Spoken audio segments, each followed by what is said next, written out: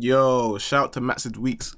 Welcome to MMO Gang. As you can see, he's made £150 profit from doing match betting and at the age of 15, so that's pretty cool. Match betting is where you're betting on both sides and you're making profit, guaranteed. Literally, you can learn how to do this if you check out selfelevation.co.uk. It'll be linked down below, so check that out. I teach people how to do that for around £49. Now, if you want to be on the next episode, just make sure you send me a DM of your profit of making money online. Aye, it's Poku Banks, baby. And today we're going to talk about what business experts and economists and financial advisors will not tell you about index fund investing. Now, this is something that I've realized over the time of looking into index fund investing. I'm going to tell you the reality and the truth of it. Should you get into index fund investing? Is it reliable? Can you become a millionaire from it? We're going to cover all of these topics in this video, so make sure you stay to the end. Now, if you don't know who I am, I'm Poku Banks. I'm a 19-year-old entrepreneur that goes to university, and I love talking about personal finance and entrepreneurship. If you're interested in any of those topics, drop a like and subscribe to the channel. I've got a lot more to come, trust me. A lot of people will tell you that if you start from young, around 18, and you put around £200 every month into your index fund, so the S&P 500, you retire with over £1 million in the index fund. Therefore, you'll be able to retire on that money. Now, what I'm going to go into is why that's unrealistic. So what is an index fund, Poku? An index fund is a mutual fund or an exchange traded fund, so an ETF, with a portfolio constructed to track components of a financial market. An example of this is the S&P 500, which we'll be talking about a lot more later, which is constructed to track the top 500 largest companies in the New York Exchanges Fund and the Nasdaq, which is a tool to gauge the overall health of the large American companies. Now, the reason everyone refers to S&P 500 is because USA is a superpower of the world. When it comes to finance, entertainment, all sorts, consumerism, everything, it all relates back to America. So essentially, if the S&P 500 is doing bad, then that means there's a recession. That means American companies are doing bad. So the economy is doing bad in America. And this is a ripple effect, which will go on to affect other countries like the UK and other first world countries in the world. An example is the 2008 financial crisis. This all started in America, by the way. They were over-leveraging with houses, and now, look, everyone else had to deal with the consequences. So essentially, if the S&P 500 is down, that means the American economy is not doing that well. If the S&P 500 is going back up, then that means the American economy is doing pretty good. And if you want to, just go back and look at every recession. You'll notice that the S&P 500 always went down during a recession. Now, the next question I get all the time, Poku, is it risky to invest into index funds? Absolutely not. Now, when it comes to investing in S&P 500, there's literally next to no chance of it going back down to zero. There's no risk whatsoever. So like I said earlier, when you're investing in S&P 500, you're pretty much saying, okay, cool, I believe that the American economy will go up and up and up and up for the future to come, which we all do believe that. Now, there's little to no chance of the S&P 500 to go back down to zero. And if there is to go down to zero, then this would mean that essentially the whole American economy has gone down to zero. This means companies like Apple, Facebook, Google, Netflix, Microsoft, all of these companies have failed.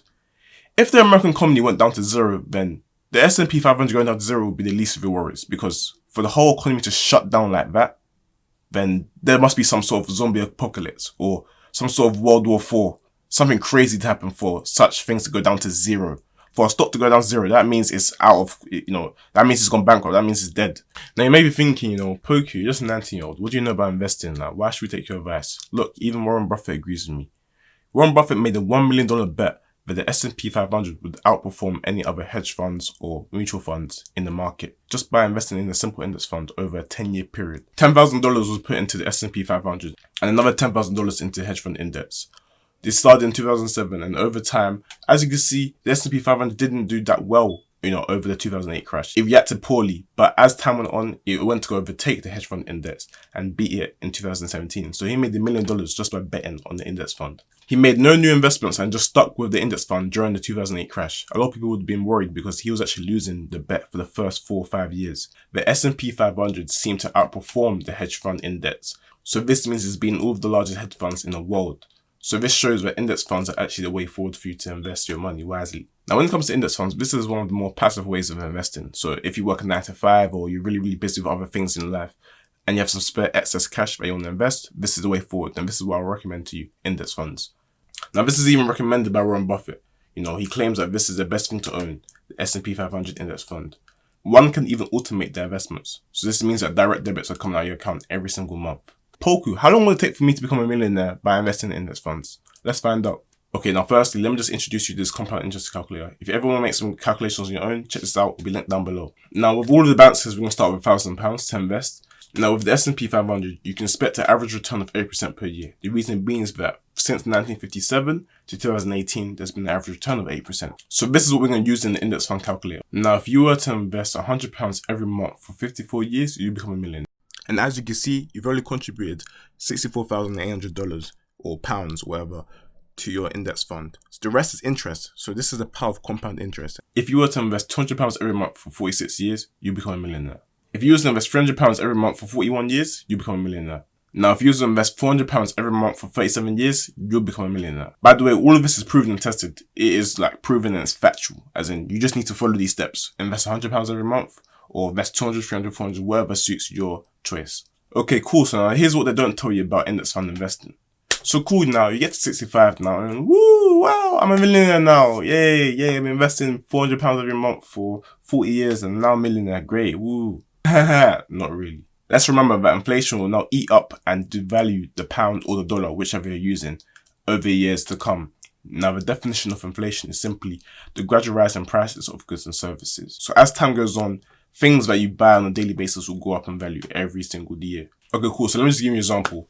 £1 million in 2017 is the same as £1 million, £59,912. So in this example, in 2019, you would have needed £59,000 more to buy £1 million worth of goods in 2017. £1 million in 2007 is also the same as £1 million, £397,914, 11 pence in 2019. So for example, let's say a house cost £1 million in 2007. In 2019, that same house will now be worth £1.4 million. In today's day and age, you now need more money to buy stuff compared to how the prices were back in 2007 or 2017. Okay, cool. So now we're playing with index funds. We're now investing over a long term. So 40 years, 50 years, 37 years, whatever. So let's use some long-term prices and let's check how levels of inflation have changed over the years. Okay, so being a millionaire in 2018 is also the same as having £121,353 in 1975. Maybe thinking, wait a minute, that's just a normal high-paying job. That's a normal six-figure job. Anyone can get that in a year.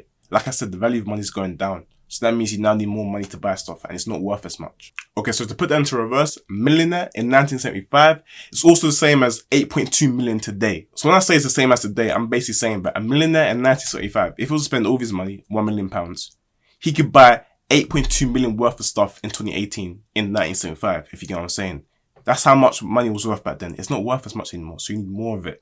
So essentially, the word millionaire has actually lost its power and status as being such an exclusive club. It's not really exclusive anymore if anyone can get into it. So in the US, 7.6% of the adult population are millionaires. So this means over 1,700 people become millionaires every single day in the USA. So cool, right now 2020, now let's do an example to 2060. You've been investing righteously for so many years now, for 40 years, every month, consistently. You're investing every month. You're now a millionaire in 2060. Now let's see. In the year 2060, bread was £2. Fuel prices are £5 a litre.